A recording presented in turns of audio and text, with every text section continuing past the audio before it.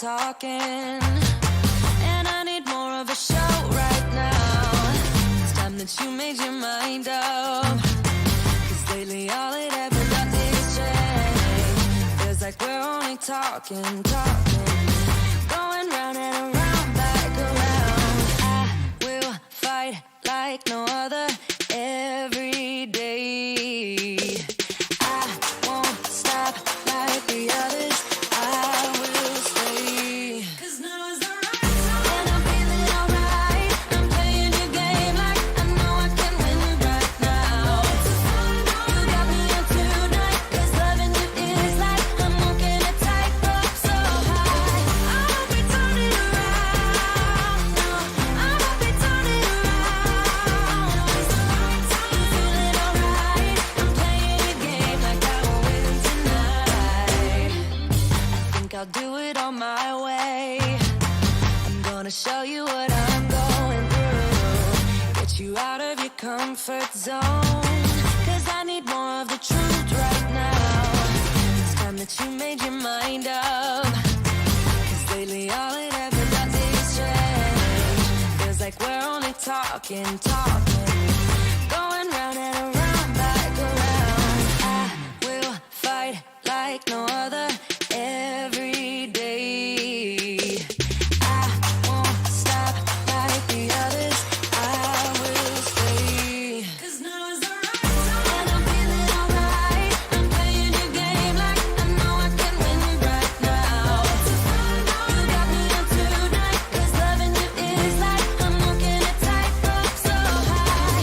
I hope we turn it around. No, I hope we turn it around. 'Cause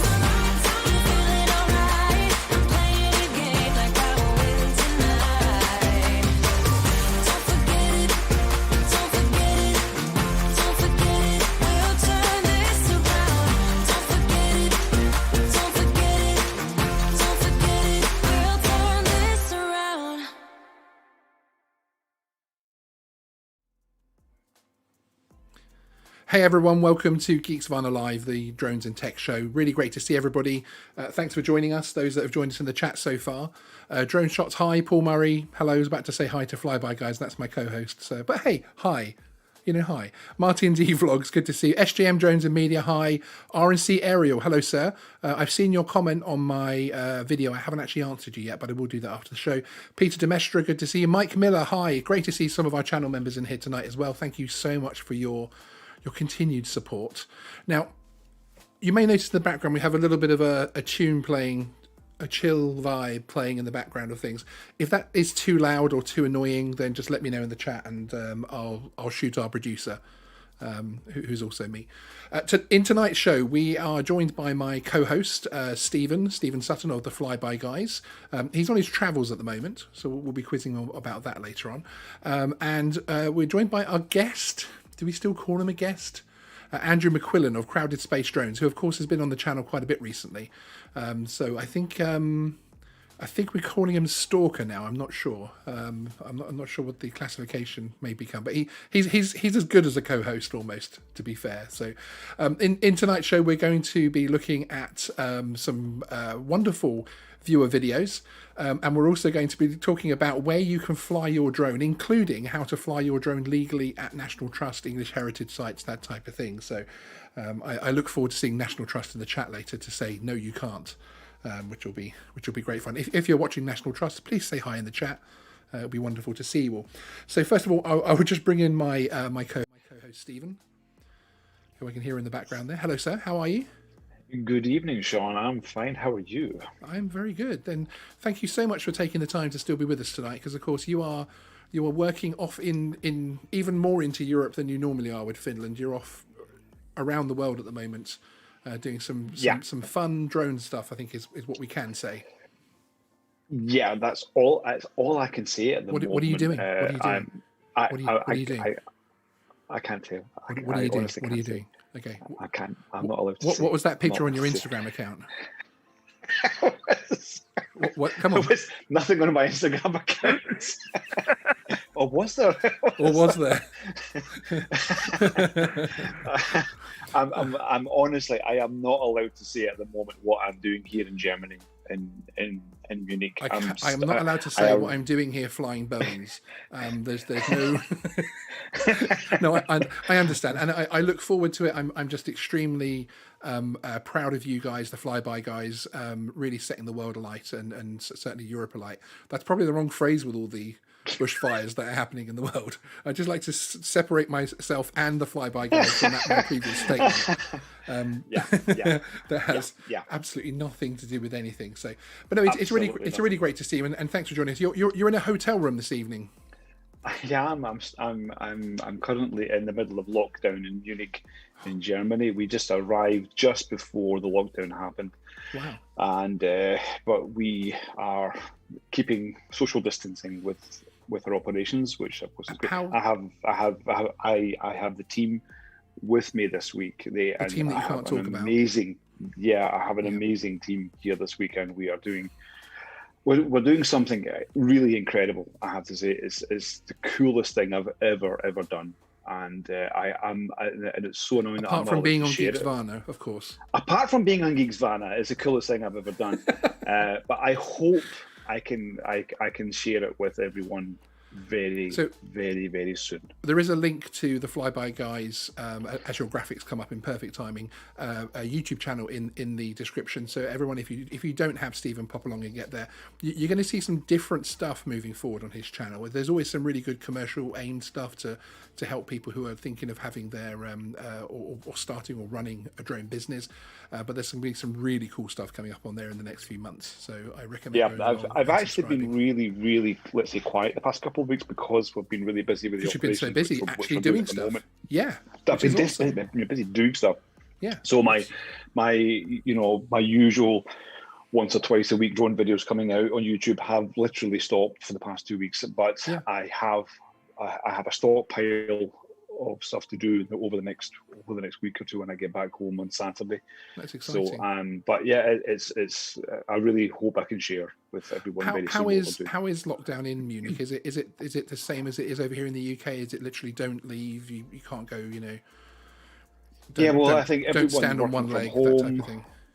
We here at the hotel, for example, we wear masks when we go downstairs to pick up. We only pick our breakfast up from reception, Okay. which is on a tray, which we order the night before, and we bring it up to the room and we eat it in the room. We can only wear masks when we leave outside a room, which of course is really good. And of course we do that, and then we leave to go and do what we're doing, and then we come back. I just got back about an hour ago. So yeah, thank you. It's it's always fun on show day, isn't it? It's sort of like I've sent the run order over to you. Like, the run order, there's a show today. What? Well, I just got you sent the run order when I was on site tonight. So yes. Okay, we're doing what now? But good to be here tonight. I couldn't miss it, so I made sure that I wanted to join. Well, just before we bring in our other co-host, as he's the squatter, as I'm now starting to call him, or as others in Geeksvana call him, Sir. I wanted to play out a very quick update video on our guest from last week, actually, Mako Reactra, who's a fantastic FPV pilot. She came and joined myself and Lib to explain how she does things. She has a lot of passion for it. She's actually practicing for the Nationals at the moment. But she's had some pretty bad weather where she lives, but she managed to get this flight out there. So a very quick video to show how her preparations for Nationals are going.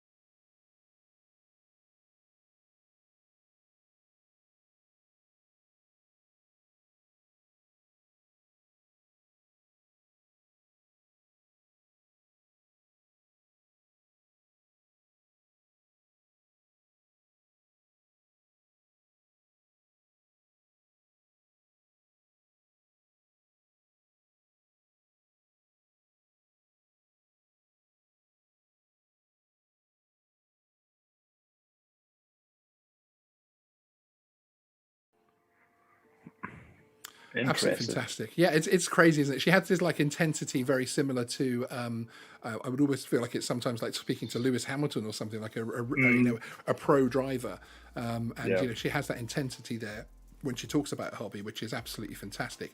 Just very quickly, hi Ray Kelly in the chat, Rod Piker Drones UK, good to see you, sir. Mike Drennan, hello, sir. I know you'll appreciate the FPV you've just seen. Ray Kelly, Paul Murray, if I haven't already said that, hello, sir. Good to see you. So you did say Paul Murray. Yeah. Let's bring in our guest, stroke co-host, stroke friend, squatter. No, I shouldn't have started the stalker joke actually, because we really appreciate you coming to see us, Andrew. It's fantastic. So this is Andrew McQuillan of Crowded Space Drones. Any of you who don't know, this is basically who all drone companies in the near future will be calling Lord and Master. Because they are literally... What do you mean in the future? Yeah, that's right. What's this future business? Sorry, did you say master? Yeah, did you? I heard something else. Yes, because they are Crowded Space Drones, I think it is safe to say, are certainly setting the world alight at the moment. So congratulations for everything that's happening, especially in the tough trading times that we're in. You guys really do seem to be pulling it out of the hat. So I noticed you were at Belfast Docks recently. Yeah, well, before we get into that, I mean, I think I don't want to take Andrew and Stephen's trust in me, but I think it's fair to say we can say what you're actually doing out there, and that's what he was interviewing for us because he's so desperate to come and work for us. There you go. Yes, Stephen is currently on an interview with Crowded Space Drones. Hey, you're ignoring the one person who would like to work in drones, but no, that's fine. Don't worry about it. You just skip me. I just bring people together. That's fine. But yeah, Crowded Space Drones have had a few moments of accomplishment recently, which is pretty fantastic, including being the first UK operator to get an OSC allowing you to operate within 5 meters. Is that right? Yeah, that was something that's been a goal of ours since we started going down the OSC route many years ago. A lot of that process it's very slow. I mean, just to give everyone an idea, we applied to vary our OSC in April. Our OSC typically runs to the 22nd of August, and it took until last week to get that through. not from a point of view of the OSC itself, but more so from the point of the CEA are impacted by COVID. They're starting to recover more from that, but there's a delay issue there. It's because you have to, as part of the process to get that close with quadcopters, you have to essentially show competency of operation as well. Of course. So you need to really have it for several years and work your way down to figures like that, rather than you're not going to probably get one if you go straight in for 5 meters on a So to clarify, we're not talking about me flying my little Mavic Mini within 5 meters of people like we might be able to do in the ASA rules and things if it had a low speed thing. We're talking about taking the serious gear very, very close to people. Yep, and we have a justification method. If we don't have to do it, we won't do it. Yes. It's only when we have no other option but to go down to 5 meters. So, or if it's fun, of course. All our operations, we try and stay as far away from anyone not under our control as possible. But then we have the ability for certain platforms. Like, it's not like, we don't. We have an OSC that allows us to go over a kilometer out, go up to 1,000 feet now as well, and a few other things. So we're not taking a Mavic a kilometer away in 1,000 feet in the air because you're not going to see it. No, indeed. Whereas we're taking bigger platforms like that. But yeah, so there's lots of different caveats in terms of what aircraft type we use for each one. But essentially, all our platforms can be used for the 5 meters. And it just means that a lot of the stuff we work in is like public safety environment and things. There's a common misconception that when the only people who can use the emergency services exemption, for example, which basically means you can do whatever you want, you have to be an employee of an approved emergency service. So that's basically fire or police. Even like the volunteers from search and rescue do not get to use the emergency services exemption. Wow. So it's just the way. It's not a CEA policy decision or anything. It's just the fact that you have to be an employee of an emergency service to do that. Coast Guard volunteers are volunteers. Search and rescue are volunteers. So essentially, it comes down to being employed in the fire service, to a lesser extent the ambulance service or the police. Yeah. That gives you the ability to use emergency services exemptions. If you want to do anything that on a similar track to them, you then need to go down the OSC route to do that. And we do a lot of public safety work for various government agencies, whether that's from floods through to fires and a few other things. So we want the ability to not necessarily match that, but when we don't want the issue whenever we go somewhere and we can't fly because of the regulatory permission we have. So therefore, the 5 meters, if we have to, we've rocked up to fires before and had to deploy quite quickly. This means that the limitation on us to take off is quite minimal. That's fantastic, which is just superb. And the two Andrews and I want to say Ashley. You guys are doing quite some a few great Andrews work. in the company. Actually, yes. Saying Andrew in crowded space drones, you're quite safe. Almost everyone who works for us now has the A at the beginning of their first name anyway. Well, the crowded space Andrews. Crowded Andrew space. That's why I had to refuse your interview in Germany there, Stephen, because you worked into the S. Ouch. Flattery will get you absolutely I'm going to divert. by the way. I'm going to divert slightly by just saying Martin D Vlogs in the chat is asking, can we ask Andrew, does military come under emergency services exemption? Military can work under the military. So obviously you've got the Civil Aviation Authority. You've also got a military version of that. So military can work under that side. There is some crossover and bleed, but mostly the military can self-authorize and self-do their own things for the most part. Yes. Which is also what most air traffic controllers will tell you as well, that the military will do whatever they feel like they want to do.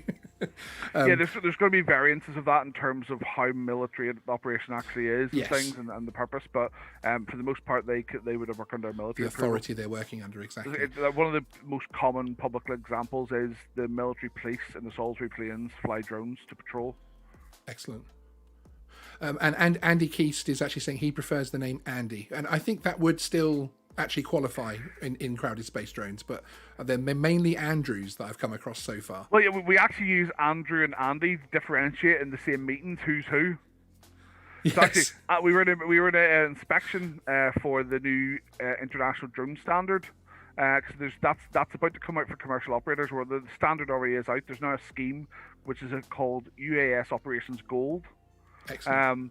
And we were being inspected for that as part of the UCAS trial this week to get this scheme out to industry, because it'll help government determine who's not just a compliant operator, but who's a good operator when they're bidding for contracts. And that's the way most industries go. But actually, they started calling him Andrew Hamilton Dave in it, just to get some kind of differential. Okay, so we are expecting Andrew to be on the show next week. We might actually have to start calling him Dave, Mr. CAA Dave. Those are the two ones. Chat, you'll have to back me up and just say, can you ask Dave? And we won't say anything. And then when he's like, who's this Dave guy? Then we can all have a little laugh about that. Right, now, Dave. I'm going to play out a very quick viewer video before we get into some of our discussions. This is actually from one of our moderators, Smeghead, Andy, who's in the chat. Hi, Andy, great to see you. And this is one of his flights with a Mavic Mini in Guernsey. And now, I'm not going to talk about the DJI Mini too much tonight because I know everyone will be very jaded about that particular little drone, and it's been everywhere, and it's just not what we're here to necessarily talk about too much. But while the video's playing, let me know in the chat, yes or no, if you're thinking about buying one of those, one of the new versions with OcuSync, because I'd be really interested to know. Let's have a look at Andy's video.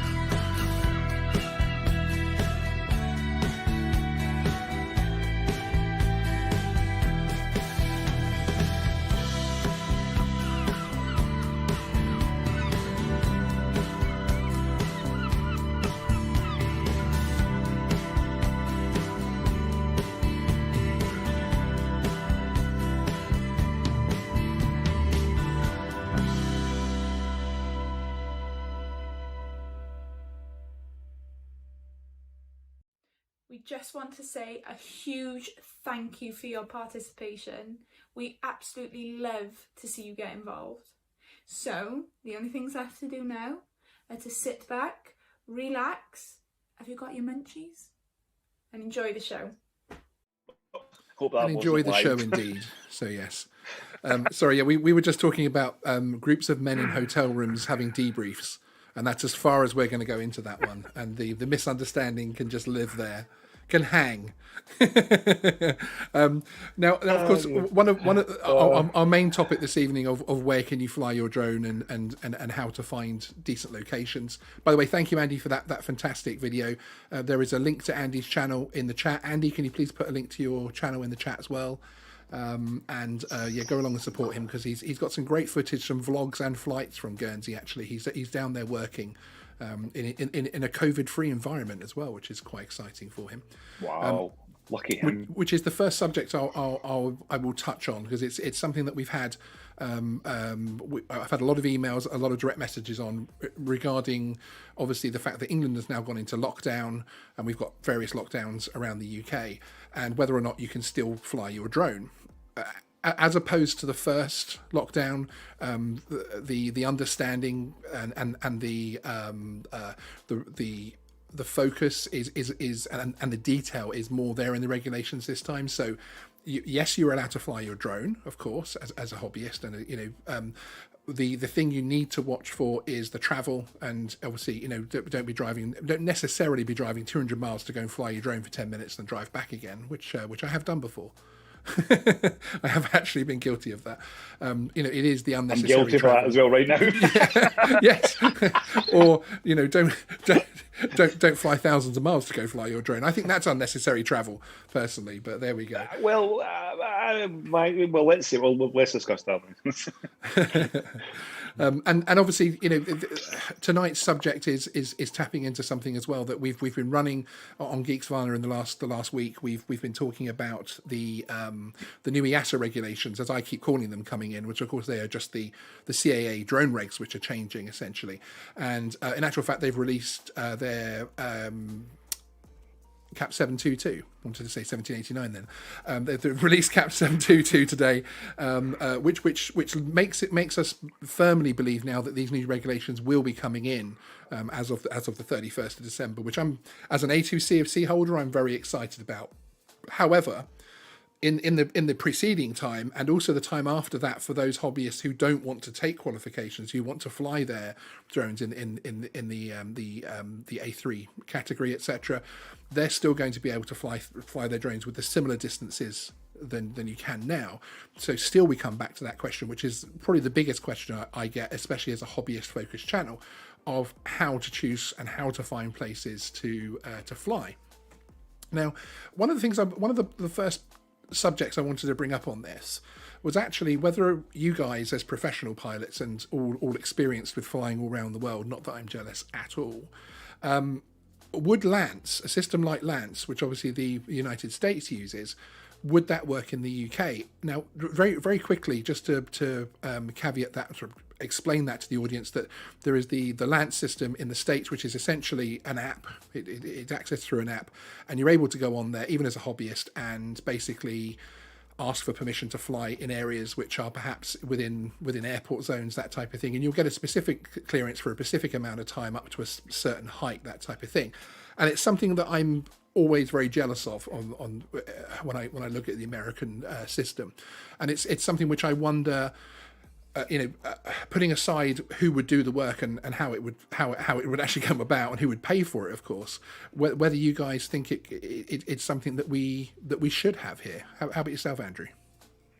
I think we're on the road to a hybrid version of that. Ooh. But I think the key thing with the American system is, if you've ever seen the grid maps around airports, yes, it's very restrictive actually in practical terms, because it's created a lot more layers and different things than the UK system creates, or even the European system. So I think there's a parallel between an easy way to get quick approvals versus being able to be more unrestricted when you do fly. Yes. So I personally do not like the UK or the American one, because yes, it's easier, but you're more restricted when you do fly. Of course. Whereas I'd rather spend a little bit more time to get more unrestricted under what will probably be the European way of doing that, which will probably still involve some sort of app or something like that in the next short while. Okay, I mean, from a hobbyist perspective, I like the look of the LAANC system, if that makes sense, because in my head, I just see this app that I can go on, similar-ish to the Drone Assist app as an ease of use wise, that I can go on and just, say, right, I'm going to fly here today, and it would give you that extra confidence, because I feel like people's flights, the footage that they would capture, would be so much better if they had that ultimate confidence in where they were flying. And I know certainly early on that was a big issue for me. I actually managed to fly at a former RAF base, RAF Barnum, which was between the two Norfolk bases up there. And I remember being very fearful, calling the two towers. I'm going to fly my little Mavic Air. Can I please fly? And they were actually really good. They're actually very, very. They were like, yeah, no problem at all. We've got no flights until 11:30 this morning, so have at it. Thanks for letting us know, type thing. And the confidence I had on that flight was huge compared to even for flying in a normal public space, just because I knew that I could be there and I knew I was cleared. Which is, if we end up with a hybrid version of that, then fantastic. That would be. See, but what you're describing, correct me if I'm wrong, is you had human interaction. Yes, I had actual human interaction. Then it's happened. Yes. Until you get confident with like the American app, you could assume, oh, have I done it right? Is it correct? Because until you're challenged, it's hard to know. Whereas if you've spoken to a human, it's easier. I don't think we should have a human-based system long term, because quite frankly, the more human interaction, the more cost. Yes. And at some point that cost will get passed down. Yeah, and you But, also have the... we need something high confidence, but I think the drone assist app for the UK is fantastic, and I think we're going to end up with hybrids of that, because that will give people confidence that is built up now of, I know how drone assist works. It works well. I know what I should look for. So I think that's it's building on what we've already got would actually be a really better position than most other countries. Okay. Wasn't there an incident in the US? Was it this year or was it last year where someone had permission to fly? I think it was at some large dam or something. I think it was a YouTuber or something that they had permission to fly, and they had the footage. But the police actually came to them and said, you have to give that footage back. You're not to fly there, even though the person that was flying had permission. Yes, but and that's one of the things that Ken Heron, who recently did on his channel a LAANC reminder video of how to fly under LAANC. Or LAANC, depending on how you guys say it. Sorry if I'm crucifying it with a British accent there, English accent.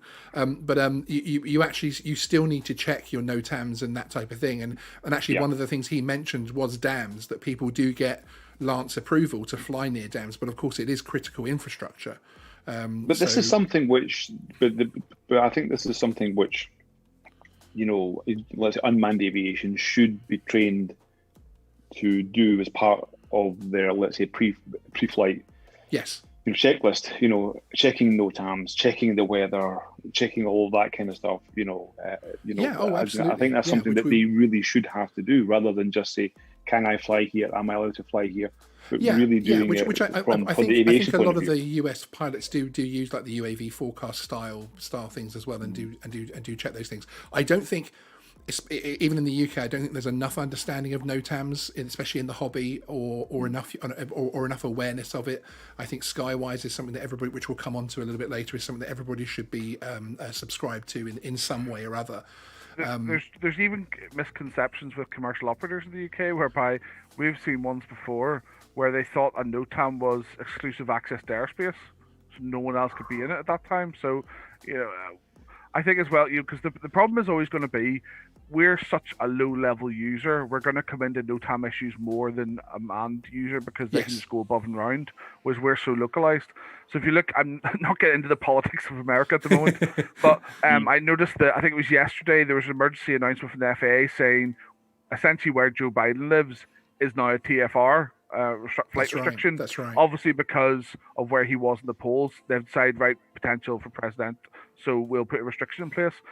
I don't know if anyone saw that the Queen closed a good chunk of the UK on Monday, because the Queen was going to move from Norfolk to London, so they closed a large corridor through all that airspace. That's not normal for the Queen. I don't know why that happened. There's probably a very good reason, but normally it's just a traveling circle around the helicopter that she travels in. Yeah. But they closed a good chunk. Could that be because all of morning? Because of the fact that they've raised the alert systems? I don't want to say the T words and get demonetized, but I think that was just before that all transpired with other countries. But no, I actually thought when I saw it was actually more of a lockdown issue than anything else. That's a really concerned person if you want to close the airspace.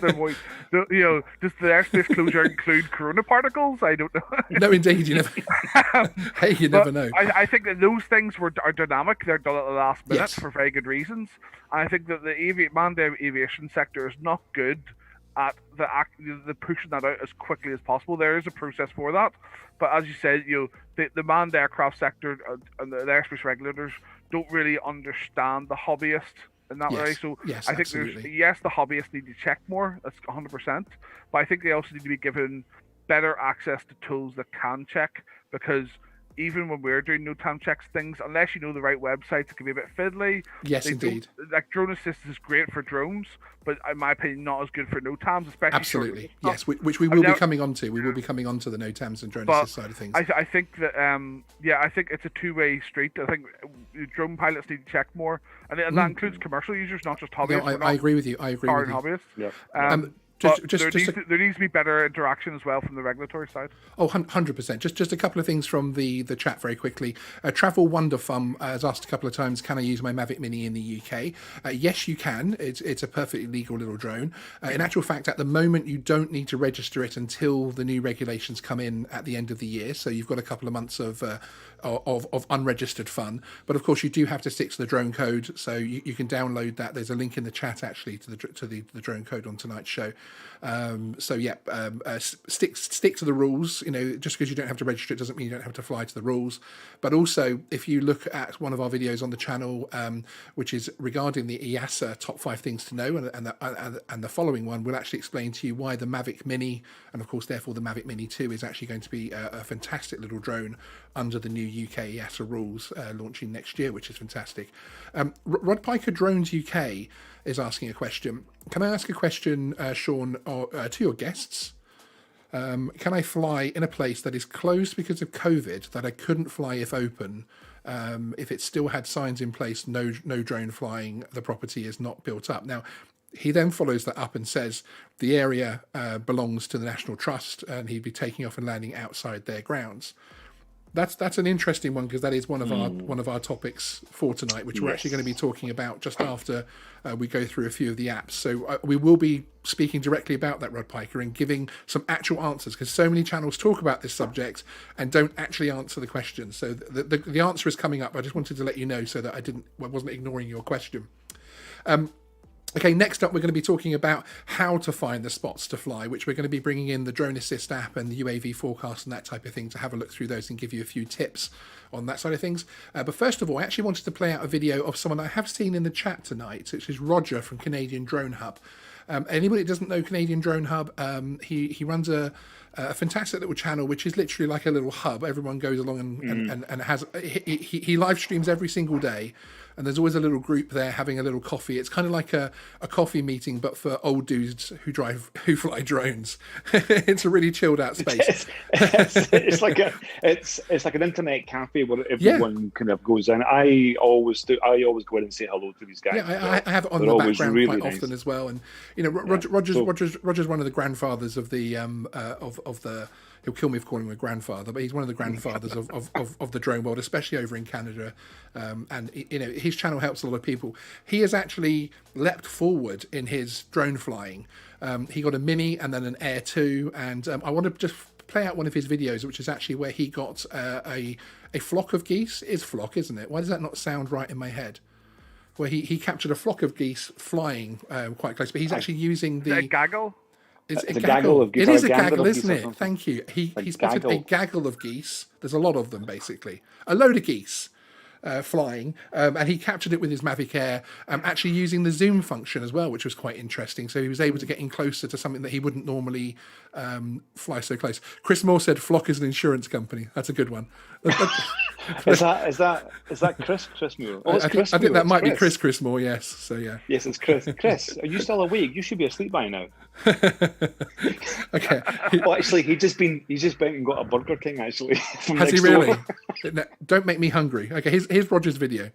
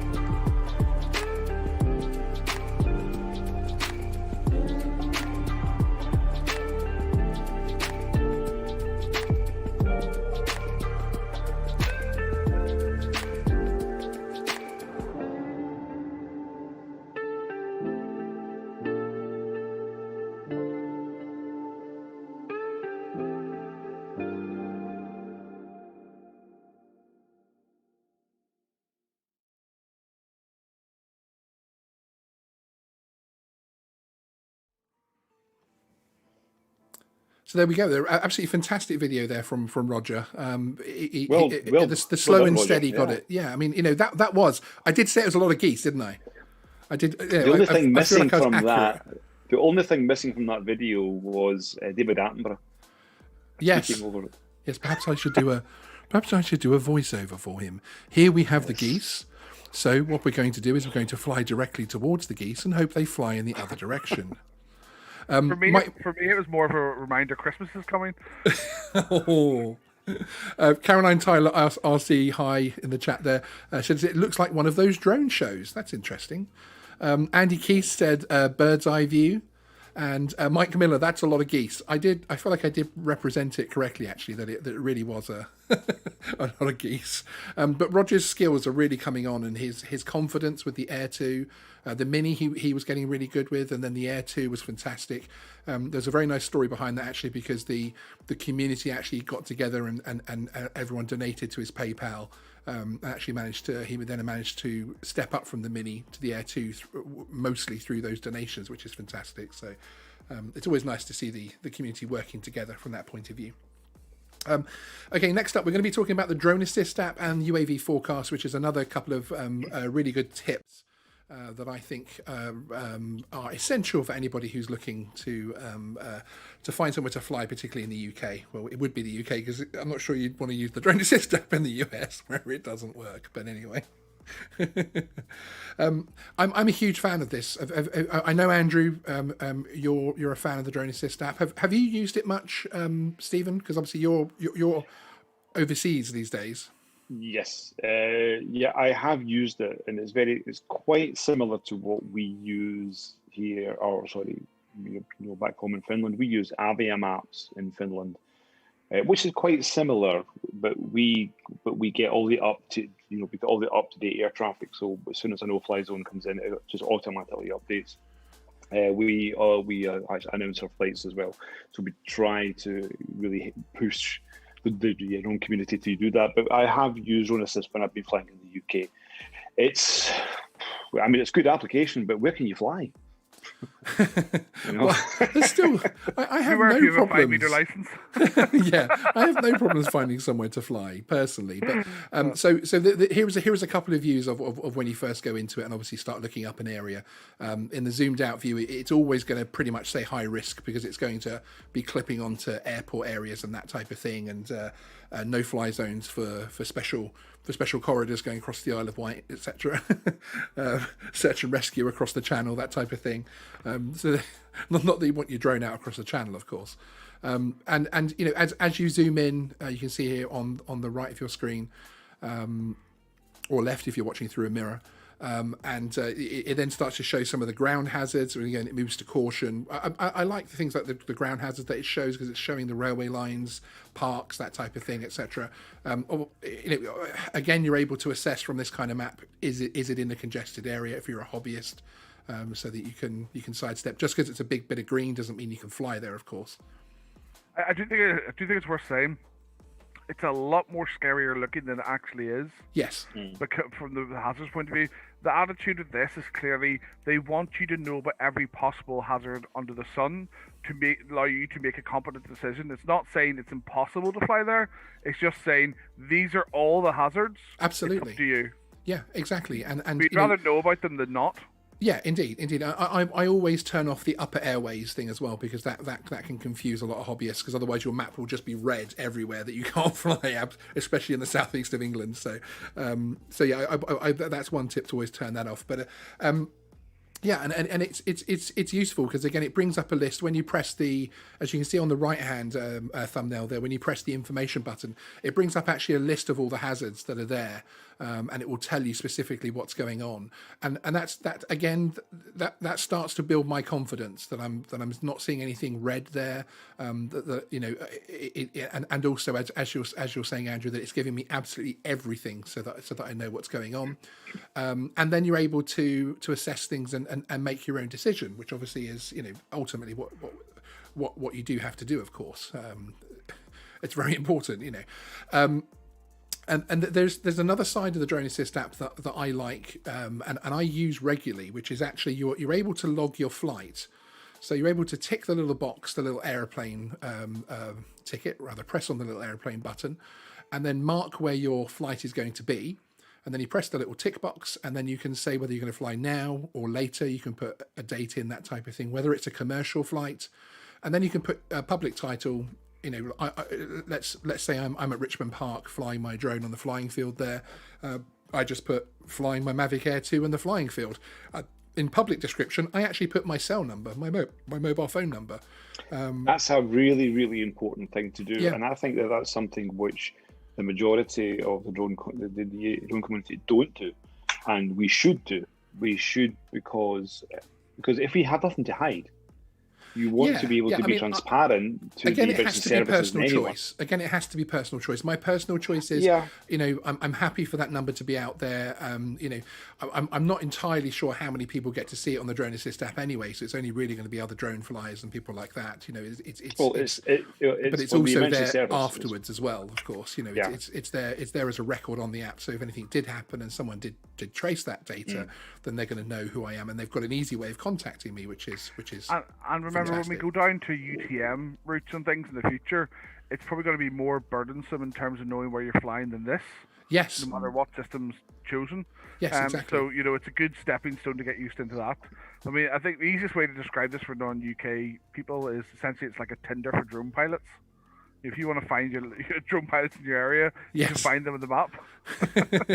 Indeed.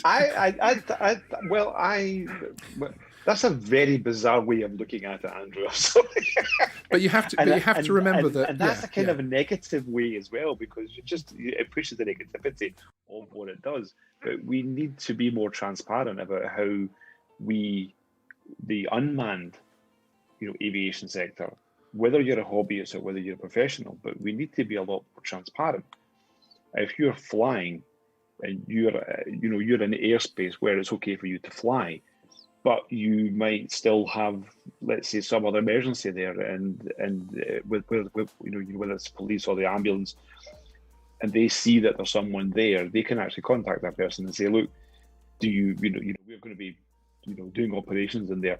That does happen in Finland, actually, and we do encourage that. And most of the people who announce their flights, again, it is voluntary, but most of the people who do, they actually put their contact details there. I do it every time I fly. Yeah. I put my contact details. I have nothing to hide. I've nothing to hide whatsoever. Yeah, indeed. So, indeed. You know, which again, I personally put my mobile phone number in. As I say, you don't have to do that. You can just put a description so that you want to let the people know that what you're doing. I also like it actually because I have been approached before when I've logged my flight on here, and it's something nice to show a park ranger or a police officer or someone like that and say, look, it's actually logged on the Drone Assist app, and of course they usually have very little understanding of what it is, but they like to see that you're being open about it, that you're not hiding away, etc., which I think is pretty fantastic. Just very quickly, hi to Mikey, Philly Drone Life in the chat. Good to see you, sir. If anybody wants to see some very interesting and some very real reviews of the DJI Mini 2, head over to his channel because he will be flying the props off that little thing. I wholeheartedly recommend that for the entertainment value alone. But sorry, Stephen, carry on. Do you have meta information on these apps? No. Because I think that's something which, again, the drone community could start to understand, because it can be very, very valuable. And I think I'm going to make a video about that actually, because they can learn about. Again, I think where we stand is we have this app, which actually from when it was developed and from when it was released is pretty good. It's going to be a nice stopgap until we get across to whatever we end up using and whatever we end up doing. Yeah. And I think it's nice to get yourself into a routine of using these kind of things. Absolutely. So that we're ready a little bit more for how we fly in the future. I think that's a healthy thing to do personally. But the Drone Assist app, if anybody in the UK isn't using it or hasn't heard of it, have a play with it. If you've got any questions that you have about it, then it's Andrew you can email me, Sean@geeksvana.com, and I'll be happy to answer any questions that you have about it.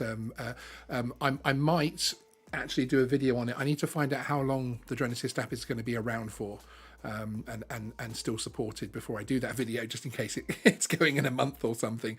But if it's hanging around for most of next year, I will do a full detailed video just on this, which I think people will probably appreciate. Be careful, because Sod's Law is the day you release a video on it, it disappears. I know. I've done that type of thing before, where I've put a video out and it's sort of, it's kind of like putting a video out on the Mini 2 when everybody knows everything already. But that's for another subject. Okay, so another app which I know that is used over here in the UK and over in the US a lot as well is UAV Forecast. Is this something that you guys have in Finland, Stephen? Well, yes, we can use this, Yeah. but I like to use Metar now, so Okay. because just from an aviation point of view. Exactly, you have something more all-encompassing. Do you have you used this yourself, Andrew, at all? Is this something you've? We would use METARs and TAFs whenever we have an appropriate airport in relation to the site, because the problem is there's lots of parts of the UK have no airports of any relevance to us. Like if you're in the middle of Wales, there's very few airports that are going to be anyway accurate for what you're going to experience. But we do use apps like that. There's a few we use more so for finding out sunset and sunrise times to get nice photos and videos. But obviously, if we're on site, we're looking at the weather physically rather than predictions. One of the main ones we actually use is rain radar for the UK, so we see the radar image of what's coming because that's the most accurate in our opinion. But I've got UAV forecast on my phone as well. Excellent. Yeah, I find it useful as a hobbyist. I just started using windy.com. Oh, yes. And that is actually incredible. Do they have that as an app? Yes, as an app. Okay, so excellent. You can use it for I will have a play with that as well, because I have heard of it, but I haven't played with it much. Yeah, it really is one of the best. We just started using it over the past 2 weeks, and we use it for operations now. So it's really, really good. But looking at the UAV forecast again, there are little sliders and things. If you click on any of these buttons that you can see on the left, you can change things to suit your drone. So if you've got the Mavic Mini, you can put obviously wind of 0, otherwise you can't fly. But you can put the tolerances in there. You can also decide what you want from a SATS lock point of view. I think I normally look for around 14 satellites personally, flying like a Mavic series drone. How do you feel about that, Andrew? Is there a level of satellites you'd recommend to a hobbyist? Our minimum is 12 for what we do. Okay. Yeah. Same. We'll fly an mode if we have to, but our minimum standard procedure is 12. And the one thing I actually find the most useful, that's space weather. Oh, right, yes. KP score. Absolutely, yes, which I do have. It's amazing, actually, whenever people look at that, they think, oh, it's not going to affect the drone flight and all this. Actually, there's been days we've gone, what the hell is wrong with this? Yeah. And you've then gone, oh, the KPL, well, that's probably why. Yeah, exactly. Which I think is one of the things which is often overlooked. One of the things I do like about this app as well is that it does give you the gust temperatures at different levels, so you're able to set at what level you want to know where the speed of the wind is happening, and also if you tap on wind, it will give you a varying chart of predicted wind. Of course, you still have to stand in the field yourself and say, it says 10 miles an hour, but I can hardly stand up. Then you know there's a problem. I think that's with wind speeds. That's one thing I see lots of lack of complacency with. Yes. Is in terms of holding it beside yourself is not what it's going to be up there. I mean, one of the things we've been training our staff on recently is urban wind effect. Because if we fly a music festival, we could be in between 3 porta cabins in a small. We're sheltered As soon as the drone goes up, so we actually have Bluetooth anemometers now on tripods, so we can put them on roofs and things and tie them down, so we can get them more accurate. Because you need to take into account where you are. Because if you're just reading out the ground and assuming that's the maximum wind you're going to see, it's probably not. No, exactly. And wind can change. Wind can change from various heights. Yeah. So you can be at 50 meters and it can be okay, and then you can be at 100 meters and it can be completely different. And one thing which people don't take into account is the wind gusts, because they can look at the wind strength, whether if it's let's say 9 meters per second, and sorry, I don't use miles per hour, but I mean, if you think of 9 meters per second, you think, okay, but that's maybe on the edge, but they don't think of the gusts. Gusts can be, let's say 12 or even up to maybe 13, 14. That's when it can be quite bad, and the gusts can really, really, they can harm you, especially if you have a Mini. Yeah, no, oh, absolutely, especially I mean, and really any of the Mavic series, you can get caught out. I mean, I'm not too, I am a hobbyist. I've made my mistakes, and I once very nearly lost my Parrot and Affy, which is a very light drone, which actually is good in terms of coming regulations, but it isn't so good in terms of not keeping an eye on the wind. And that was complacency, because I was down at my BMFA club membership flying site, and of course I just rolled up and I'm just getting my drones out and having a little fly with them just to keep my skills in, and I just threw the Anafi up, and actually if I'd even looked at the trees properly, which is what I did once it started moving away from me, then I would have realized that it wasn't quite the wind that the UAV forecast was giving me. So like the Drone Assist app, it's a great tool, but you have to use it as a tool, and you have to take your own initiative, which will come with time as well. Of course, the more experience, the more flight hours you put in, you're going to start building up that knowledge. But again, you have to watch for that complacency as well. Of course. Yeah, one thing, I think. When you go, Andrew, when you go. There's the one tip is that you see in lots of the drone forums with that specific app, is somebody will not customize it and then go, oh, it never tells me I'm never good to fly. Yes. Unless you customize those apps, it will always tell you it's never good enough to fly. Oops, so you need to customize it to what your tolerance is. Yes, exactly. Which is a very good point, because as I was saying, it's also important to change it depending on what you're flying, of course, because if you set it up one day for your Mavic 2 Pro and then actually you're down the beach with your Mavic Mini, your Mavic Mini isn't going to be coming back in a hurry, basically. So you need to be very, very careful with that. Although I'm hearing the Mini 2's wind resistance is very, very good. A bit higher. It is a bit higher. But again, just for the viewers out there, is the huge, I think the biggest tip you can have is be aware of gusts. Always look at the gust. That because the gust will be the end of your drone if you don't look at the wind. Completely. I completely agree with you. Okay, one other tip that I have in terms of knowing where to fly, and if you can fly there, is the CAA service called Skywise. Now, there is an app which I did recommend in one of my previous videos. People didn't really like the app, was the feedback I got, so thank you for that. One, that it's a bit useless, and two, that they don't like the amount of data they have to put in to sign up for it. So it does ask you for a lot of your details when you sign up for it, so I will warn you from that point of view. But if you go along to the CAA.skywise, if you Google that, there should be a link in the description. If there's not, I'll put one in there after the show. You can sign up for it via the website as well, and you will actually be automatically sent Skywise updates on all sorts of different things, like drone specific ones, airspace. This is only category.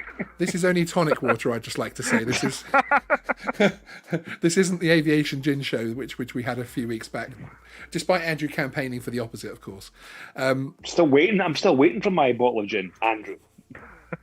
It's probably there. You're just not in the right country. Yeah. Probably, how can we send you anything when you don't stand still for 2 minutes? Do you know you've probably forgotten even where you are, to be fair? So, yes. But with the Skywise service, they will send you updates on different bits and pieces. Yeah, Jamie, hi Jamie, Windowless Detour saying the app doesn't work. Exactly, it's the feedback that we're getting. I have to say, I don't often go into the app very much because I'm already getting the email updates through, which is fantastic. And they'll send you things on everything from, I mean, you can over subscribe, which I have done to that service, and I started getting things that I really don't need to know about. But then they will also send you notifications of temporary no-fly zones, things like the jamming signal, the jamming tests that were going on, etc., which lit up the Facebook groups afterwards. People were like, oh, I could have lost my drone, and actually, if you were subscribed to this, you would have found out about it with lots of notice. And they also tell you, like they did recently, when they end those trials early as well, actually, which I think is quite cool. So it is an active notification. This is one of the areas where the CAA are wanting to talk to the hobby. They're wanting to get information out to us to keep everybody safe. And for me, with the Drone Assist app, the UAV forecast and Skywise, I start to get a nice picture and I start to feel quite confident when I'm picking places to fly. Obviously, we then have other things about where you can take off from, etc., which we'll come on to very, very soon, which is the more the controversial side of things as well, and the fun side of it. But yeah, those really are the app stroke services that I would recommend to be able to help you choose somewhere to fly. And any other apps that you would recommend for or services like that you'd recommend for the UK, Andrew? I'm gonna quickly go through what I've got. Drone Assist. I mean, the first two on my folder for drones is UAV Forecast, Drone Assist. Excellent. I've lots of DJI sort of ones as well. Yes. It's got Skywise in there. I don't think I've ever opened it. No, I mean, indeed. the one that I would go with for the UK is Rain Today, because it gives me my radar. Rain Today, excellent. So it gives you an HD radar, so basically tells you where the rain's going to be. So that's fantastic. I mean, sod's law, there's no rain in the UK at the moment. Of course. it shows you where. Can I do that? Can that work? Yeah. Yes, perfect. So perfect. It shows you the rain. No, that's gone to Apple Music now. Brilliant. We did see the map. We saw it zoom in. As you went in. Unfortunately, cool. it's a free app, so it comes with adverts. So yeah, it's it allows you, it gives you a prediction of where the rain's going to go, and Excellent. It's very, very accurate. You can get to see the timeline there at the bottom, and you can replay where it's been. So it's giving you an accurate prediction of where the rain. What was that called again? Rain Today. Rain Today. Okay, I will put a link to everything we're talking about in the description. I always go back through and watch the shows and then click the links in there. Thank you, Andy L. Smeghead, for putting a link to the allow people to subscribe to Skywise in the chat. I really appreciate that. The only other things we use is like, but it's more so from a commercial basis, but it might help people, some other people, is like what 3 words in a few OS apps, just for finding locations. Because if you find like a fantastic spot where you want to fly from or get to, what 3 words, I don't know if people know, but it breaks up the world into, I want to say 1 meter squares, but I'm not sure. Yes, it's small enough. And it's got 3 words which will describe that one place, and it means that like I've used it for going back to take off spots and different things. It's a really good idea. So that's a really good use of that app. Things that can break it down, and then you can also share those as well and things. So people watching, you might have seen this app advertised an awful lot at the beginning of YouTube videos, and it's designed to help emergency services, so that if you're in need of help on a dark country lane or something, you can open the app and it will give you, as Andrew's saying, that one. It's only a few meters, isn't it? Often. Yes, it's like a 1 meter by 1 meter box, or 2 by 2. Which is incredible. But there will be 3 words assigned to that, so it could be Geeksvana crowded space, and then the emergency services know that Geeksvana crowded space is the B222 halfway down by the old oak tree, basically. So they're able to send the precise things down there. A DH drone filming saying it's 3 by 3, which is still pretty impressive. I did try to see if there was a crowded .space.drones, but that would be cool, wouldn't it? But that is a very good idea to be able to log. I'll need to buy that land and build an office there. Yeah, no, it's excellent. The only other 2 apps we use as well, which is Flight Radar 24 and Plane Finder. Plane Finder is much better for the UK drones that are flying. Yes. Flight Radar doesn't seem to cover them, but like all the UK drone stuff in the helicopters and HEMS, they're show up way more in Plane Finder, so we use those a lot more, especially south coast of England. But those are obviously, you want to know what's out and about. Yeah, no, thank you very much. So HEMS actually, are they announcing their flights? Do you see them? I'm military for south of England. Wow. Yeah. There's actually, because I was looking earlier, there was a Chinook symbol, He's got the two blades. It looks really cool, and you can see the Merlins and everything on Plane Finder. Did you see the Facebook post that went round the forums this week? I'm a member of a lot of the aviation forums as well, because I did a few videos on what pilots really think of drones and that type of thing. So I joined a lot of these groups to have a chat with some very helpful, very friendly people, and they actually they had a Phantom 3 traveling at 300 miles an hour at 20,000 feet, and obviously someone's turned on their Phantom on board their plane. Basically, they've booted it up, which was quite funny. The UK government are now giving lots of money away for people to get transponders for their aircraft. Yes. So we've actually just got them for our drones because we're doing something later on in the year with transponders. That's the 50-50 deal they're doing, is it? Yeah. So we've got what's called the Sky Echo 2s, because they can fit on like essentially most of the DJI drones we use for different things, like M210s, M300s. But one of the things, first of all, of course, we're going to have to draw something in the sky that's on one of those services. That's first thing we're going to be doing with it. Brilliant. Secondly, but the thing is, it's drop down menus to set them up, and if you take the wrong one, I could be shown as like a typhoon or something, and I'm a drone. So it's be very careful how you set those up. Just very quickly, thank you very much to Marcel Robert for your $5 Canadian super sticker there of the little man having a party, which is awesome. We like parties. That's our super sticker music, which we'll play every time we get a super sticker. So thank you, Marcel. It's really great to see you. And thank you, everybody, for joining us. Hi, Stevie, Captured Live Connection. Good to see you. Lindsay Hayes, hi. Good to see you as well. JSK, hello, sir. Mark Lum, hi. Dave Ennis, a couple of our channel members there. Thank you for joining us. I really appreciate it. Just a very quick message from Lib. Did you know the most interesting people in the world subscribe to this channel? Coincidence, obviously. That's clearly very good. Thank you, Lib. I agree with her, don't you, that the most interesting people subscribe to this channel? If you haven't subscribed, if you're watching and you haven't subscribed, please do subscribe. I appreciate it. We did just pass very recently the 4,000 subscriber mark, and I want to thank everybody that has supported this channel since the very beginning. I really appreciate it. It's amazing. I have a tear in my eye when it said 4,000, and then it went down to 3,999 again, and I threw stuff across the room and walked out for a half an hour. But there we go. That's how that happens. Okay. On to something juicy. Flying at National Trust stroke English Heritage stroke that type of location. Can you fly there? Yes or no? Nothing else. Andrew? Yes. As a hobbyist, I'm talking about here as well. Stephen? Yeah, I mean, high level, no. Yes. No? Okay.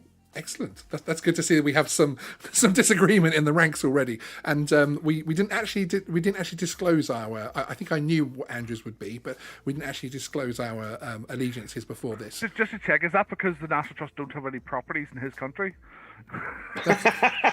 Which country? That could be it, couldn't it? Pick one. Okay, I would like before I give the evidence for the yes side of it, I would love to hear your argument for no, Stephen. Oh, sorry. I thought you were asking, can you? Sorry. Yes. I thought you were asking, can you? Yes. Yes. Actually, yes. I think you should. Absolutely, you should. Okay. Sorry. Excellent. Sorry, okay. I misunderstood. So we had a bit of drama there built in for a moment, but then it's ebbed away again. Yes. So absolutely. I would like to have a recount. No, let's not start that one. Hang on. My producer's saying we've just been demonetized. Yes, we have. My lawyer just wants to come and say a few words about that. Yeah, that's right. The opinions disclosed. I actually just checked. We got demonetized there, but there we go. But so yes, my lawyer will be in just after Borat enters them. There's one excellent video on YouTube, which is from a channel who's a great guy. He comments on our videos. We've been on live streams with him before, etc. Ian from London, and he did a great video where he showed how you can legally fly Stonehenge in line of sight, taking off from public land, etc., and that type of thing. Now, that's stretching things a little bit for me personally, but it opens up the whole conversation of being able to fly over English Heritage and National Trust. especially you could argue in the current times where a lot of these sites are closed, of course, where there aren't visitors. The legality of it is, as far as I'm aware, and Andrew can tear me apart, and I can see him ready to. He's like a tiger. Rawr. I'm going to pounce on you if you get this wrong. And I notice you're outside. Where is that? You're sat outside tonight, Andrew.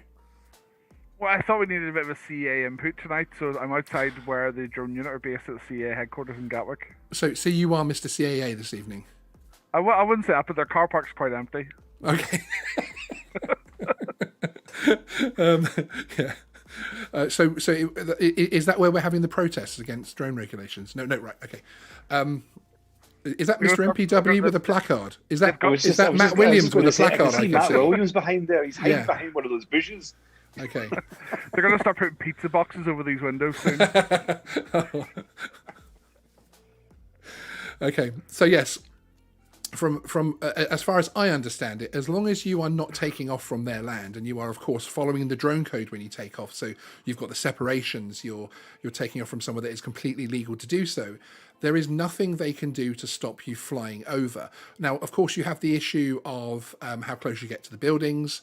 You have the issue of flying over people and that type of thing. But really, when you think about it with National Trust and English Heritage, do you really want to fly directly over it? Yes, you can probably get a cool top-down shot of it coming over for a few seconds, but actually I find the orbits and that type of thing are the more exciting. And often you can get some fantastic, especially with the zoom on the Mavic Air 2 and things, you can often get great footage without even needing to technically cross into their land. But certainly, in my opinion, the National Trust policy, in my personal opinion, oversteps slightly what they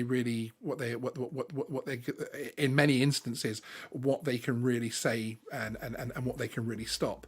And I have flown National Trust locations. There is actually a couple of those videos on my channel from over a year ago, which Andrew's going to go and watch and report to the CAA. How do you feel about my breakdown there, Andrew? I think it's good. So there's multiple levels to this. There is their national policy versus local policy. Yes.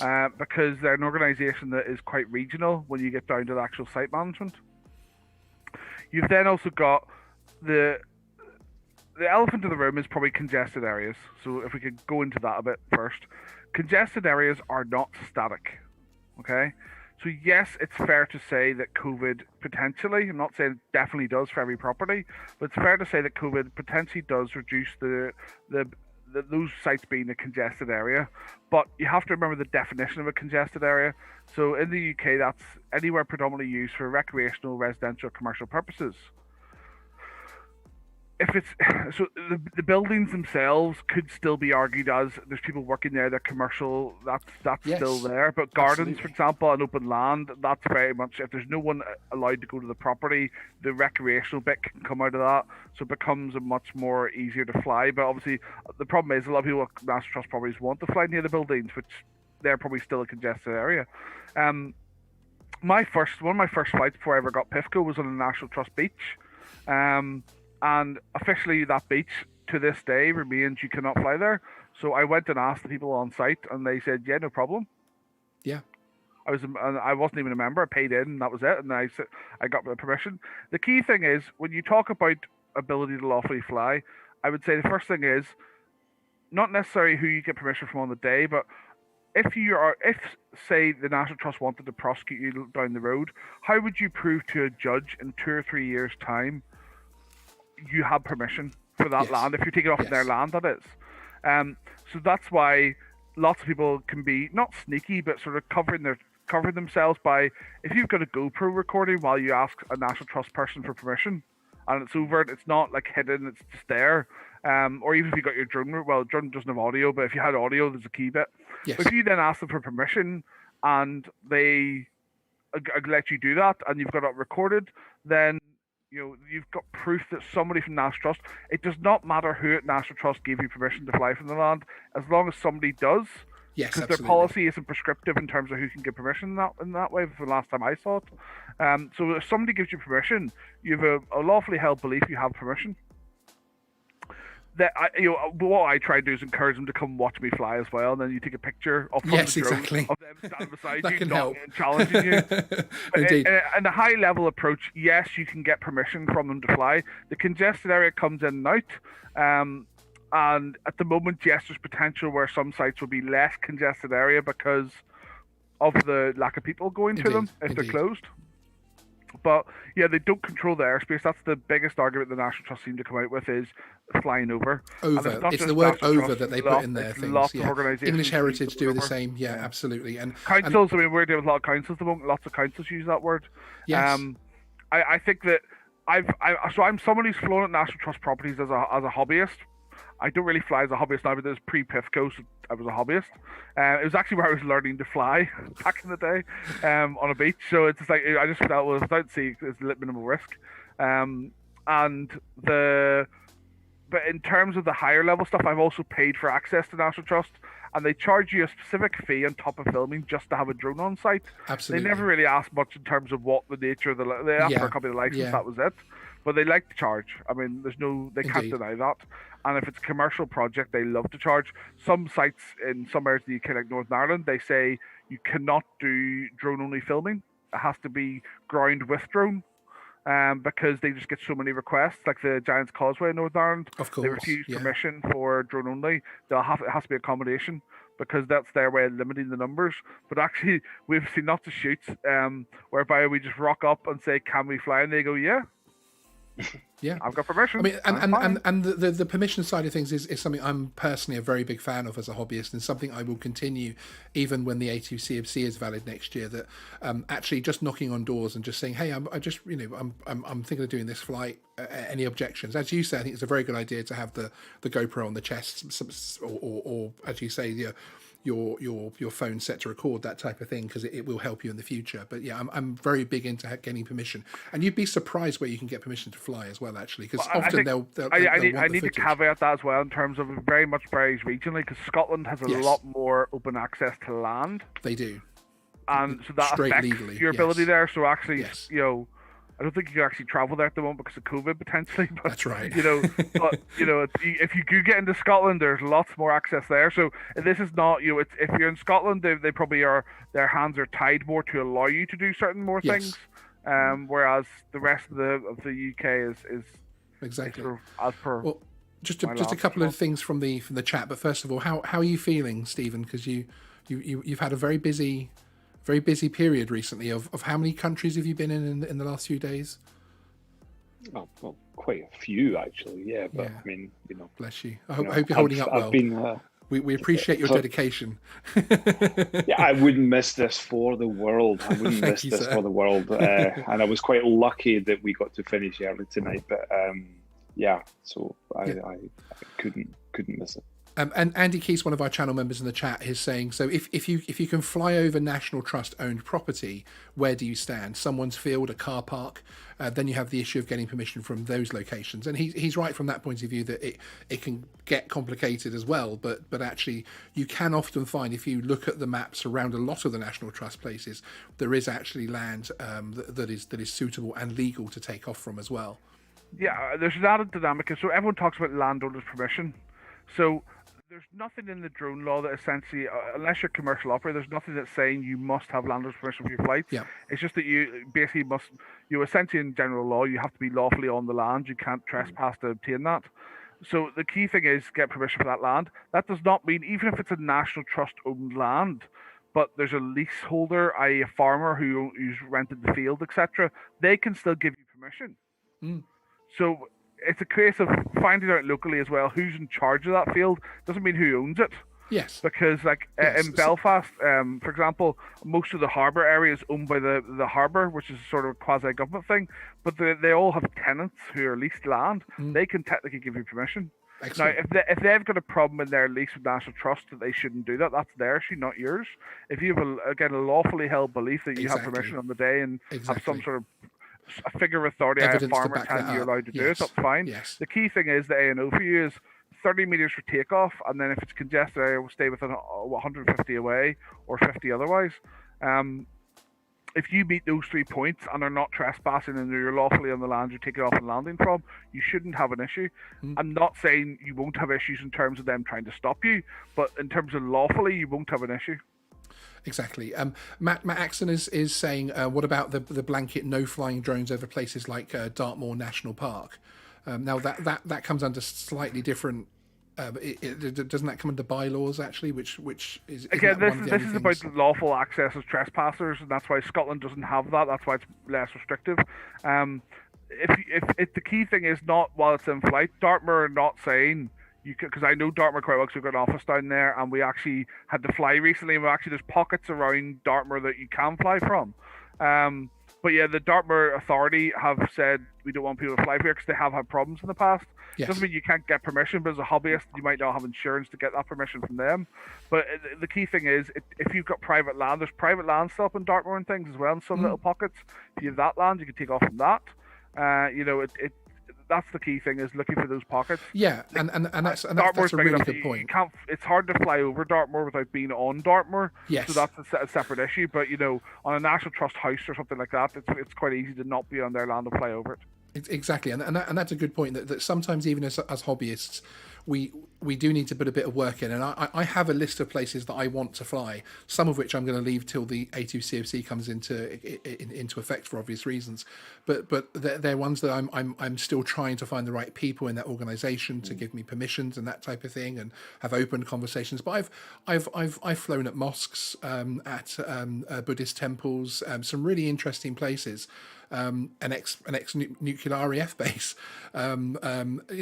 It's all about putting a bit of work in, putting a bit of research in, finding out who owns, as Andrew says, who is the person that can give you the legal permission to take off from a spot of land. And then once you're up, of course, with the correct, following the drone code with the correct distances, etc., it is your airspace as much as as anybody else's. So, Jamie from Wilderness Detour.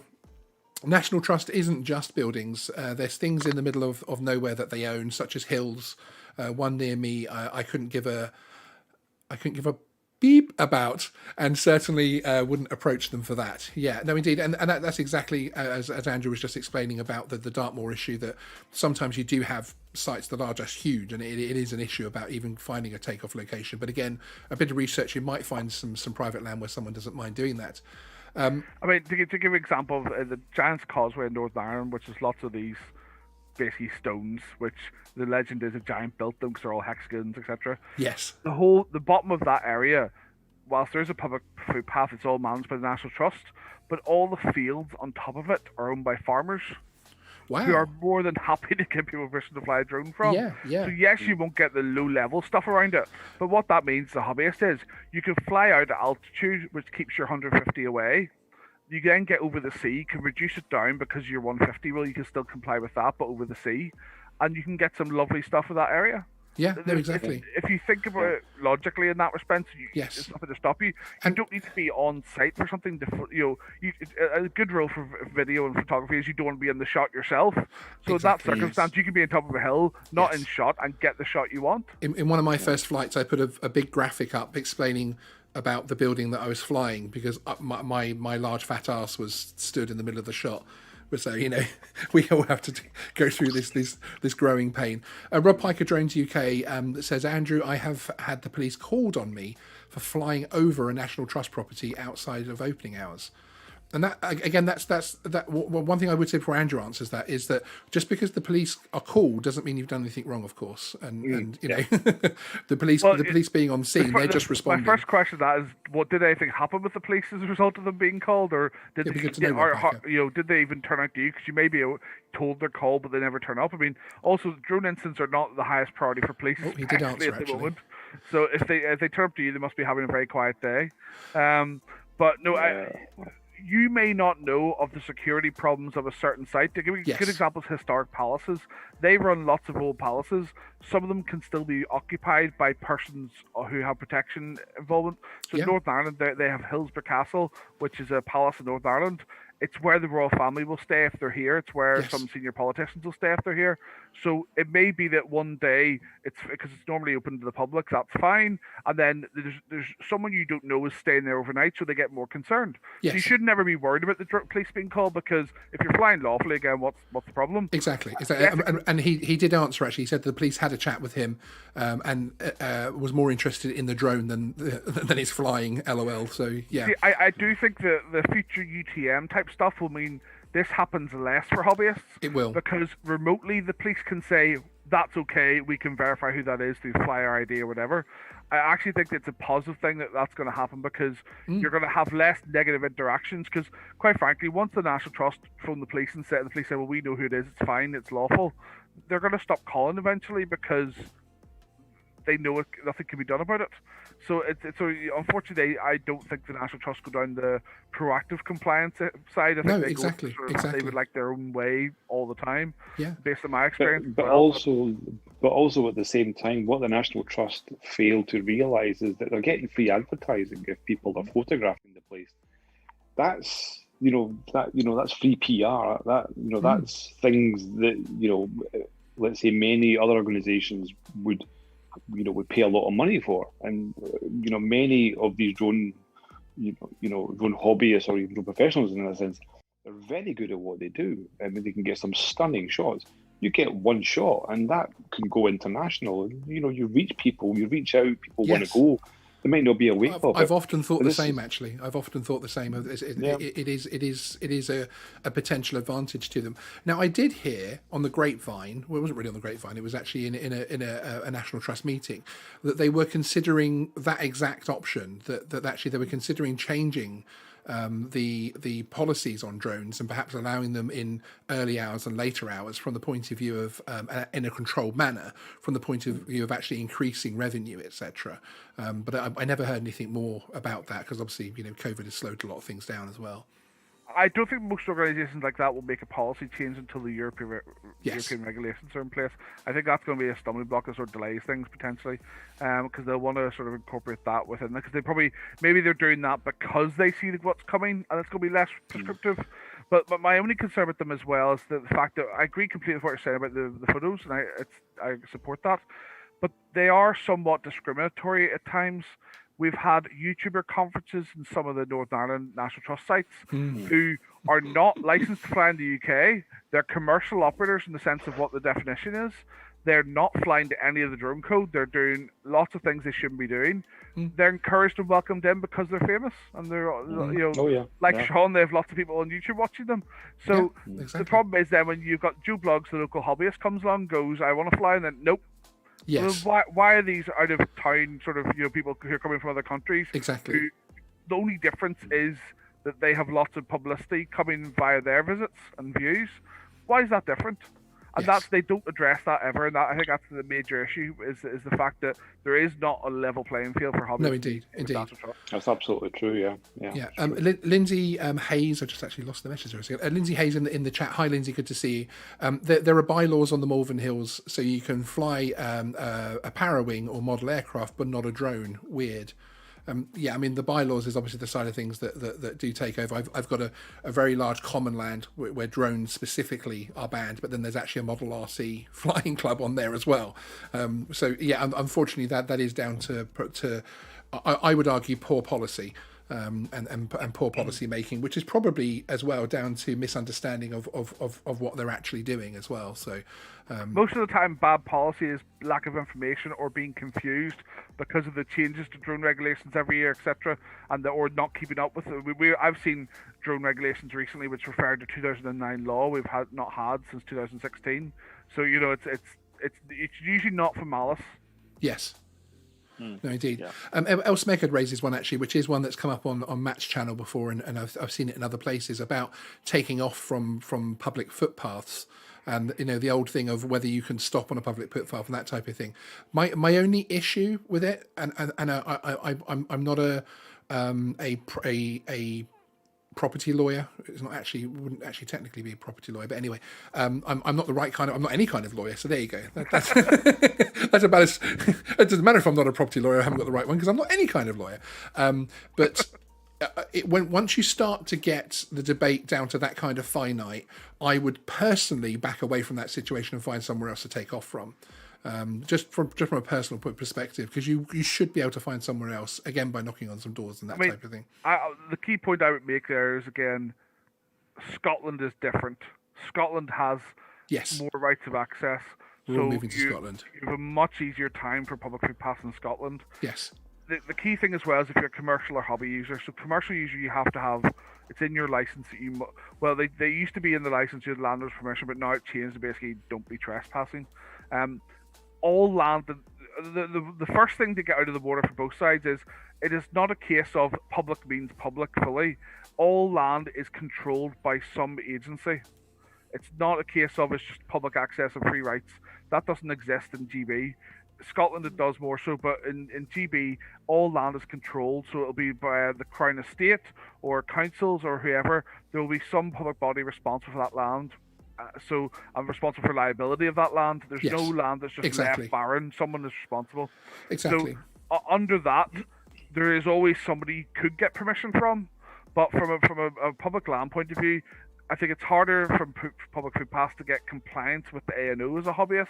So 150 versus and 50 and 30 because you legally can't stop people on the public food pass. No, that's right. It's a public food pass. Yes. But at the same time, it's if you can get that compliance with the law or drone code, without having to stop people, and there's no sign saying no drones are not permitted, etc. Or also if you know who if it's very clear, if it says on somewhere who the landowner is and they don't have any prohibitions to their website, then yes, you can. But that's a very unique circumstance, I think, with all those factors.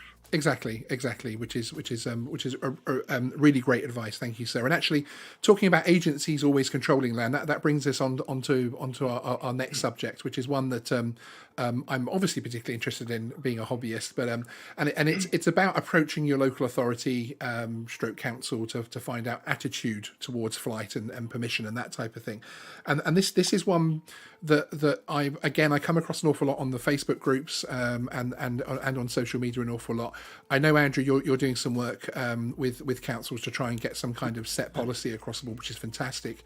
At the moment, the advice I would give is to speak to the right people within the local authority. Don't just call up the reception and say, "Hi, can I fly a drone in public parks in Guildford?" Because you're going to get either a knee-jerk reaction from someone in the wrong department, or you're going to get someone that doesn't know what they're talking about, frankly. They just want to put you off it. You need to get through to the other people who are running the open spaces. They're normally called the green open spaces people, which I've done on a few of the local authorities around me, and actually had a chat with them, told them who I am, that type of thing. A couple of them actually asked me to email them my details, which I did, and those couple that I found were actually had a real understanding of it, because of course a lot of public parks in England have these signs up saying no model aircraft, and unfortunately a lot of people who work within the local authorities see that as no drones, which of course it isn't. It's to ensure that you're not flying a big fixed wing RC scale thing with a huge propeller on it that has to take off, obviously, has to have a runway to take off, etc. So if you get through to the right people and make the phone calls, you can find that permission is there, perhaps more than you realise it is. But again, local authorities it's a consistency thing again, isn't it? There isn't any at the moment. I mean, I would give a cheat guide to that as well, whereby... Thank you. The key thing is you don't want to... and I don't know if I can swear, but you don't want to annoy anyone. You can swear. It's after 10. Go on. Have a swear. You don't want to piss anyone off. Hey. You're bad influence. But you don't want to piss anyone off. So what I would personally do in that circumstance is find a friendly counsellor to ask it through first, without your name being attached to it. Because the worst thing is if it's asked to the wrong person at the wrong time or anything like that, and your name's attached, it may sort of unofficially blacklist your name from asking for permission. Very good idea. If you can ask a counsellor, or even if you ask a family member or someone without your name, who can just keep your name out of it, because with councils, when you ask for permission, you end up having to prove identity or who you are. if that's gone down negatively, you don't want to be seen as linked to that. So I personally would go through, if you have a friendly counsellor you can ask to go and ask that question. Also, you say yes, it's critical to go to the right person in council. It's very hard. Every council has different names and job titles and everything. Yes. So I would get that counsellor, because they can find out who the actual person is. Because the problem is, you may be going through a gatekeeper if you go via public routes who don't like drones, and you're just never getting the person who gives the decision thing. So if you can get a friendly counsellor, and I don't mean like email all the counsellors, like try and go to, obviously most counsellors will have constituency meetings and things like that. Yes. Albeit potentially via Zoom or something because of COVID. Indeed. Do it through that and explore things with them that way. It's just going to go down a lot better from a totally not pissing anyone off point of view. Yeah, exactly.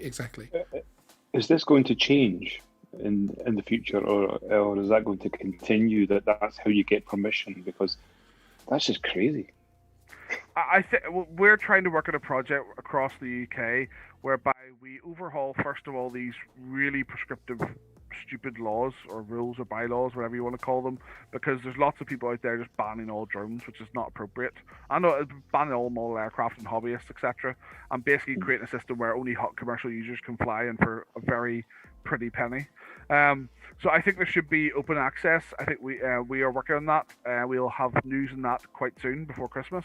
With some there's some councils going to come out and say, right, this is our new system. It's very pro hobbyist. There'll be some conditions about flying safe fly drone code, and we're just working through that at the moment. But these will be our approach is that councils should identify at least one site where hobbyists are welcomed with open arms. You then have the option of doing engagement, like the local police drone team, etc., comes down every other Saturday or whatever, or once a month, and can do their engagement and things and get to know hobbyists. So that's the route we're going down.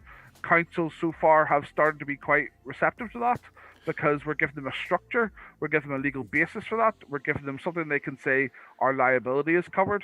Fantastic. Not in terms of insurance policy, but in terms of a procedures in place to make sure that they're protected in law. And at the same time as that, it'll be easier for commercial users to request access to council land as well. So there's a win-win. I mean, it's a win for everyone. Yeah, absolutely. You know, because we don't really want hobbyists to pay for that either, for that access. No. We want us to be that location you can go to whenever you want. But there'll be caveats within that. So that's what we're trying to get to. But in terms of, you know, it's the landowner bit and things like that's still going to be an issue. We're worried about councils getting more worried under the new law, because it'll be a bit more unrestrictive in terms of distances and things, and congested areas, and coming down with different types of drones and things. So, and it's also a lot more complicated under EU. I mean, you were saying about the CEA released CAP 722, the new whatever law. I'm going to wait until the audiobook's out, because it's like 300 pages. I know. I have managed to scan through to the bits that obviously I know that'll be my job more. next week, to go through that in detail with our team. But you know, it's we know most of what was in it anyway. I was just excited by the paragraphs that said it's coming in. And I love some of the clearer language that we are, you know, whatever happens at the end of the year, EU wise, we're adopting these rules. The end. And I think that's a really clear, really positive thing to put out for the drone industry, not just us hobbyists in the middle, but for the drone industry as well. Did you notice the Easter eggs? I don't want to go off topic, but there's at least one Easter egg that I saw somebody posted, whereby you can now, it's the CA have approved you to allow the drone to auto track you. With it, as long as within 50 meters of you. Yes, beyond visual line of sight, it can go behind things as well. So exactly. So which I think is there's great. Definitely some Easter eggs that are good for hobbyists in there. Yes, and there is a video coming out either tomorrow or Saturday on my channel with another of the Easter eggs about a certain little drone that everyone's forgetting, that with an A2 CFC could be a real money spinner. It's certainly in the transitional period. And that's you bring up a good point as well. Everyone needs to remember the new rules remove the commercial element. It's about the drone. It's about the risk. It's not about are you making money from it. Yes. It's not about commercial. So you know, when I talk about the commercial users having to pay more in the future, that's really people who need to fly for a specific purpose in that area, who can pay for access or whatever to get that access because they're on a paid job. I mean that in the sense of commercial work rather than a commercial license. Yeah, but you know, it's hobbyists need protected. We're trying to do our best in that respect. Our team see lots of gaps where hobbyists fall through because they haven't got we're not saying we're the cheerleaders for hobbyists or the champions, but we're just trying to fill that gap in, because more hobbyists equals more drone awareness in positive light, equals more benefits to drones, and then that's easier implementation then of other bigger drone programs in the UK and wider. Because if everyone hates drones, they're not going to really want a delivery by drone then as much. No, exactly. And it is. I mean, it's that kind of thing and that kind of approach with local authorities, which I think could open things up, especially because one thing I love about the North Yorkshire Police drones unit as well is how open they are with the public, with the Twitter account and things like that. I love it when police drone units are like that, because the education they can give fellow officers and the public and drone hobbyists and PIFCOs, etc. I've now started saying PIFCO since I met you, rather than PFCO, but there we go. You've only got like 6 weeks left of that anyway. I know, right? Yeah, it's the Juvka now. I mean, I don't want to take Andrew Hamilton's announcements next week away from him when he's on the channel. Yes. But we were with the North Yorkshire team, and yeah, it's good they're doing communication, because it's fair to say you've had the video before about the hobbyist reaction to the fire service video. Indeed, yes. Expect something else coming out that maybe will flip that around in more of a positive sense. Awesome.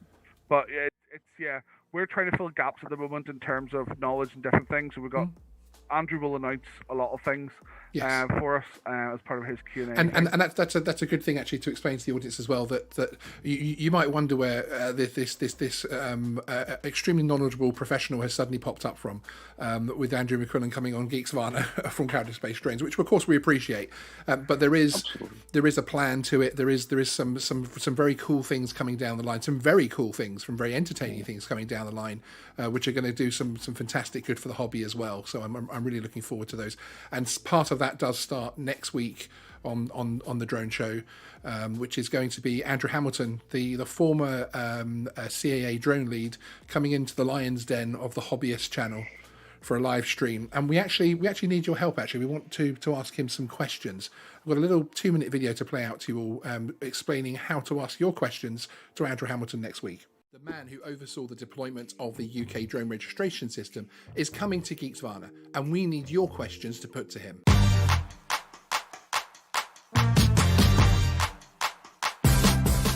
Hey everyone, my name is Sean and welcome to Geeksvana. Today we're asking for your help as the drone community, so stay tuned and be ready to respond.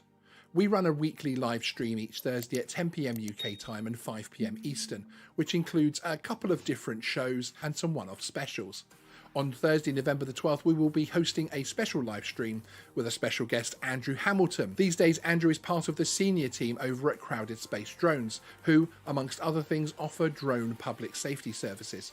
However, Andrew's previous role was as the UK CAA's Unmanned Aircraft System Lead, so he was the drone boss at the CAA. Involved in the drone world professionally for nearly a decade, Andrew is also a former inspector with Devon and Cornwall Constabulary, founding the first ever 24-hour police drone unit, which now has over 50 police officers trained as pilots. Under his leadership at the CAA, Andrew oversaw the approval of drone delivery programs and, as mentioned, assisted in the rollout of the UK drone registration scheme, DMARES. We're really looking forward to chatting with Andrew and find out more about his new role and some of the exciting new projects he has coming up. We're also looking forward to discussing his previous role at the CAA, and this is where we need your help. What questions would you like put forward to Andrew live on air? Do you as the community have any burning questions for someone who was within the system which decides which rules we fly our drones by? Are you a professional drone pilot or a hobbyist? You can ask a question which I will put directly live on air to Andrew. You can ask these questions in 3 ways. Put your question in as a comment to this video, send me an email to sean@geeksvana.com, or join us live on the night, November 12th, and ask your question in the live chat. This is an interesting opportunity to sit down with a leader within the drone community in terms of regulation and now the private sector. So, we at Geeksvana want to ensure we ask the questions and gain the answers the drone community want. Get posting and send your questions in. Thanks for watching. See you in the next video. Please remember to like and subscribe. And there we go. Sorry, guys, I didn't actually mean to leave our end card showing there. Anyone that's interested, actually, watching our recent videos with the new lib ending Easter eggs, we've amalgamated them into the end cards so we can make them a bit longer and more fun now. So there's some new ones there for you to go and find in our videos, which is all good fun. Rod Piker Drones UK brings up something that does a sign say that no drone flying here have a legal standing where it's enforceable by the law. What's your thoughts on that, Andrew? So a sign, the only way airspace is closed by a sign is in relation to a restriction of airspace. So there's lots of examples. Some of the work we have signs that go out. There are police signs that go out. So if it's linked to a restriction of airspace, which again we talked about Skywise, that'll be alerted by a Skywise, then yes, it does have legal standing. Is the sign in relation to access to land, to take off and land from? Then it would have a legal standing from the perspective of, essentially, if that's saying you can't fly drones from this land, you would be committing a variation of trespass to then go onto that land and do that activity. It's the same way signs can say, no bikes, no vehicles, etc. Without, you don't have to name the law or have a specific law. Any landowner can decide the rules for access to their property. It just makes it a trespass offence. Doesn't need a bylaw involved. But in terms of airspace signs, lots of people say you can't fly here. I know there's like a good example of the Harry Potter Viaduct in Scotland where it says, that's right. Personally, I'd rather pay the £10 to avoid the hassle. But yeah, that sign doesn't.